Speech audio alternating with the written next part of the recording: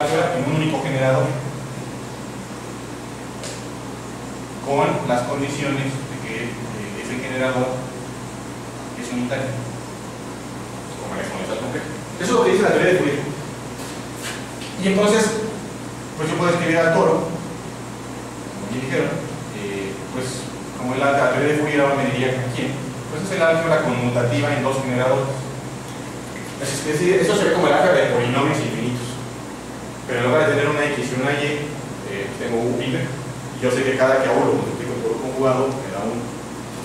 Ok, entonces, ya está. Entonces, se tiene este diccionario: punto se transforma en carácter, conjunto cerrado en ideal, la unión disjunta se transforma en suma directa, acá espacios topológicos yo los puedo unir, acá los espacios vectoriales, álgebras se pueden sumar, producto cartesiano, productos tensoriales, espacio métrico compacto se traduce en que el álgebra sea separable, que es una medida en el espacio topológico. El teorema de representación de Riesz me dice que una medida es un funcional lineal. O sea, calcular una medida es lo mismo que hacer integración con respecto a esa medida. Hacer integración es lineal. Y el teorema de representación me dice que todas son así. Entonces realmente se tiene sí es una equivalencia categórica y se tiene, por lo tanto se tiene un diccionario de todos los conceptos. Cualquier concepto geométrico que puede ser el contexto del geométrico. Muy bien. ¿Y esto para qué? Dicen, no, pues es que la geometría es mucho más fácil que todo esto. Pues resulta que en el 79, el francés Alain Connes, que para entonces ya era medalla Fields, y salían las medallas Fields analizando clasificando ciertos problemas muy difíciles en álgebra de von Neumann, que son muy cercanas a álgebras de estrella. Este cuate era experto en álgebras de estrella. Incluso le dieron la Fields por eso. Entonces, en el 79, él dice, oye, pero esto está muy bien porque si yo tengo todo este diccionario, y yo quisiera generalizar la teoría topológica, aquí de verdad yo trato de pensar en cómo generalizo el concepto de espacio, es muy difícil. ¿Cómo generalizo el concepto de álgebra conmutativa? Pues le quito lo como les digo, y esto es facilísimo de generalizar. O sea, inmediatamente se me viene a la mente, ¿cómo conmutativa? Entonces, resulta que pues ya la gente ya más o menos sabía eso, pero la de veras le da el clavo. Y entonces él propone el estudio de la geometría no conmutativa. Es un programa. Vamos a estudiar geometría no conmutativa, es decir, álgebras de estrella no conmutativa. Y él propone adaptar todas las técnicas de la geometría diferencial al contexto C estrella algebraico. A esos espacios, algunas personas, yo no estoy muy de acuerdo, pero así está en la literatura, algunas personas les llaman espacios cuánticos o espacios no conmutativos. Entonces déjenme poner aquí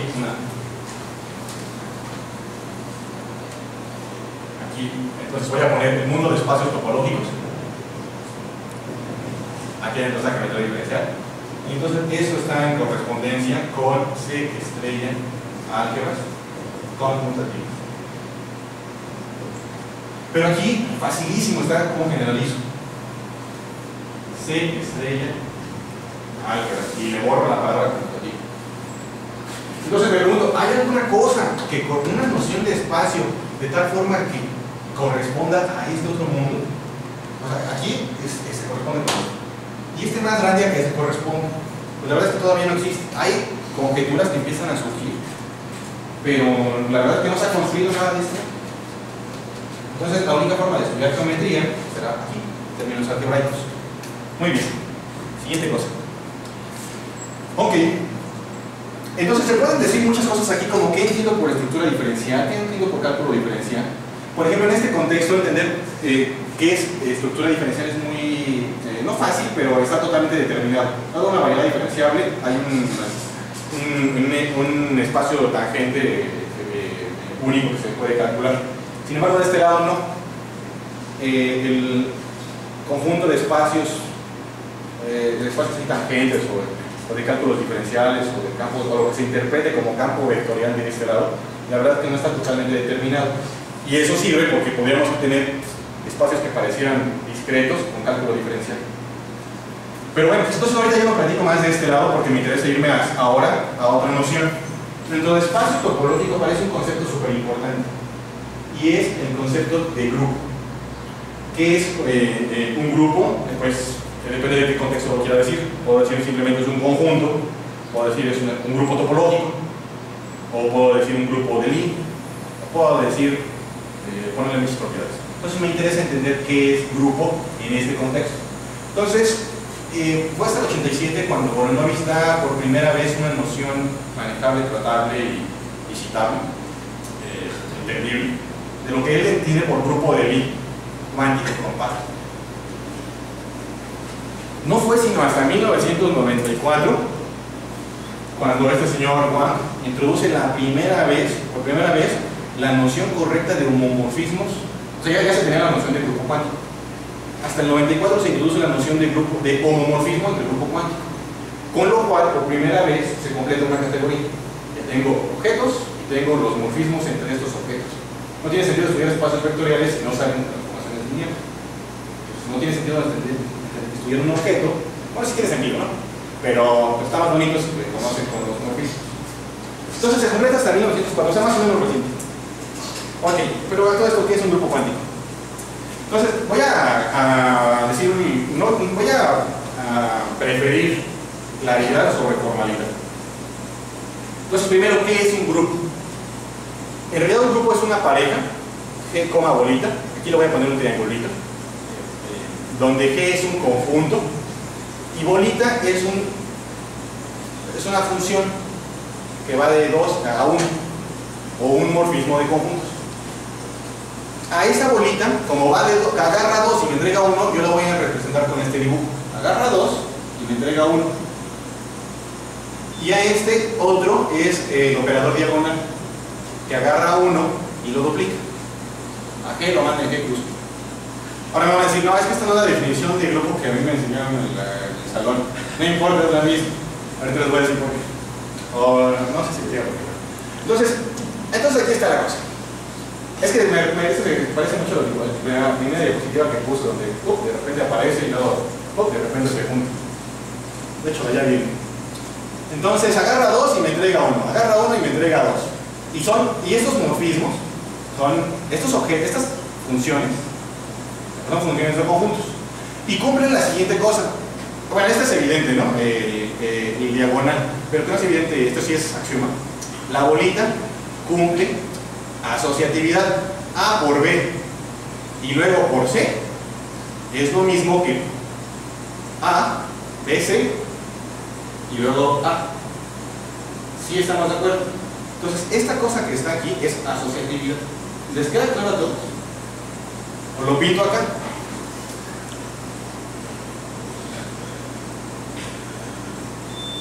A, B, C. A, B, C. Y se agarra A y multiplícalo por B. Al resultado lo multiplicas por C. Pues eso debe de ser lo mismo a que si primero agarras A y luego lo multiplicas por B por C. Primero aquí B y C y luego A. Asociatividad. Estamos de acuerdo. Pero aquí se ve más bonito. Y entonces, me doy cuenta que el diagonal también satisface coasociatividad.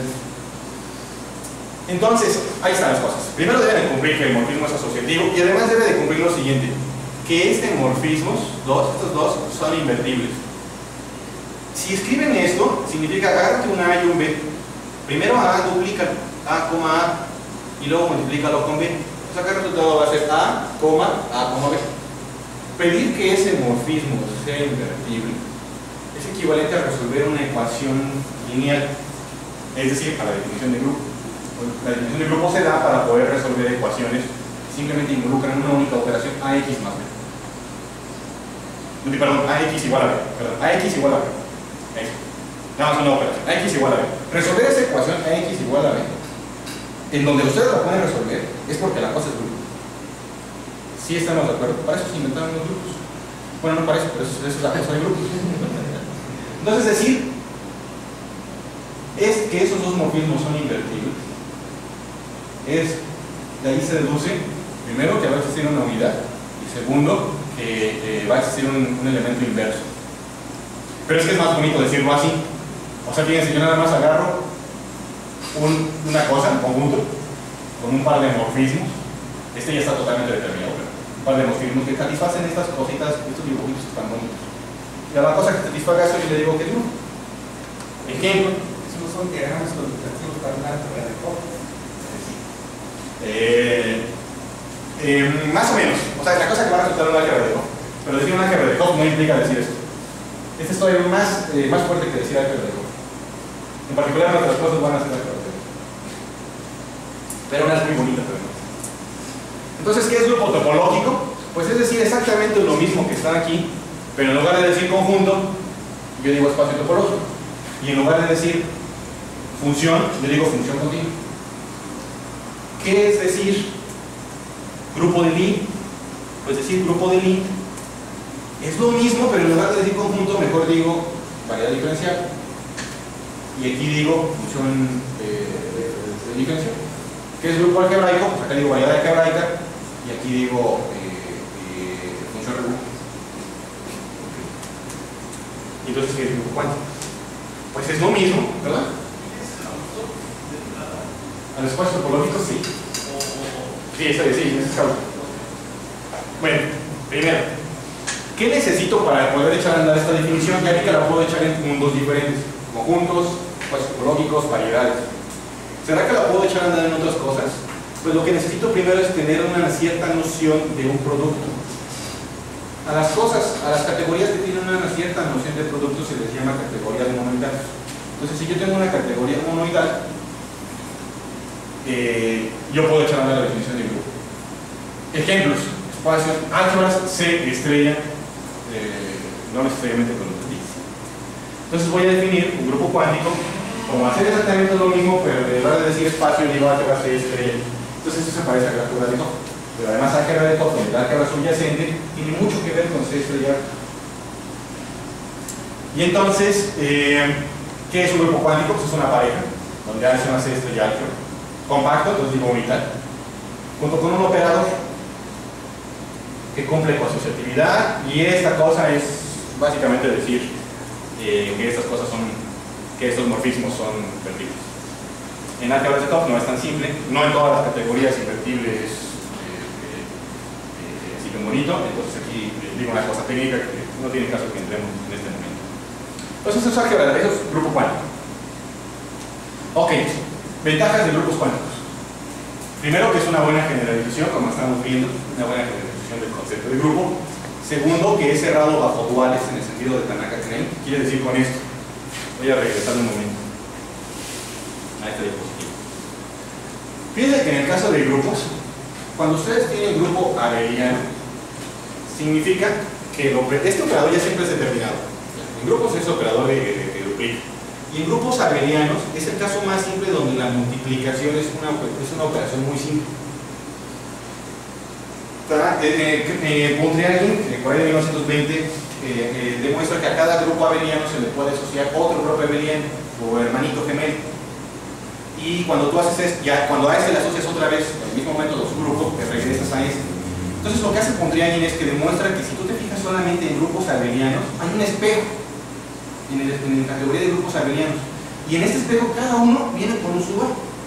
Por ejemplo, quiere decir que las instrucciones que me dan a uno, que me dan uno de los grupos, me dan el otro, si simplemente yo intercambio los papeles de estos dos. Las instrucciones, en particular demuestra que las instrucciones que me dan en el círculo me dan los enteros. Entonces el dual de Mondrian y los enteros en el círculo, y viceversa. Entonces agarra tú las instrucciones de formar un grupo abeliano y échalas al conjunto, y luego cámbialas y vuelves a echar. Obtienes dos grupos distintos. Estos son hermanitos, son gemelos, son las mismas instrucciones, pero con las instrucciones de producto y con producto cambiadas. Resulta que si tú cambias aquí y en lugar de poner abeliano pones no abeliano, esto falla, porque este se vuelve tan complicado que cuando tú la volteas ya no te da la diagonal. Entonces resulta que no hay una bonita teoría para dualidad de grupos no abelianos. Entonces el mejor intento fue de Tanaka-Crane y se sale completamente de la cosa. No hay un dual para casos no abeliano. Sin embargo, en este contexto de grupos cuánticos sí es cerrado bajo este dual. Es decir, ahora se permite que lo que antes es la multiplicación y la comultiplicación sean tan difíciles como ustedes quieran, ambos. Quiere decir que si ahora ustedes intercambian, no pasa nada, se siguen quedando, y entonces esta categoría de grupos cuánticos es cerrado bajo dual. Eso es importantísimo en la teoría, importantísimo. Siguiente ventaja. De pronto, a partir de hace un par de años, bueno, unos pocos años, un par de décadas para acá, resulta que grupos cuánticos comenzó a aparecer en todos lados en la vida. En muchas áreas de la física y de las matemáticas. Aparecieron los mismos fenómenos de dispersión, de la teoría de dispersión mecánica cuántica. cuántica, que es cómo emanan las partículas. Básicamente, cómo yo puedo saber quién está ahí si yo tengo un radar. Empiezan a aparecer ahí, empiezan a aparecer en la teoría de nudos, empiezan a aparecer en todas partes grupos cuánticos.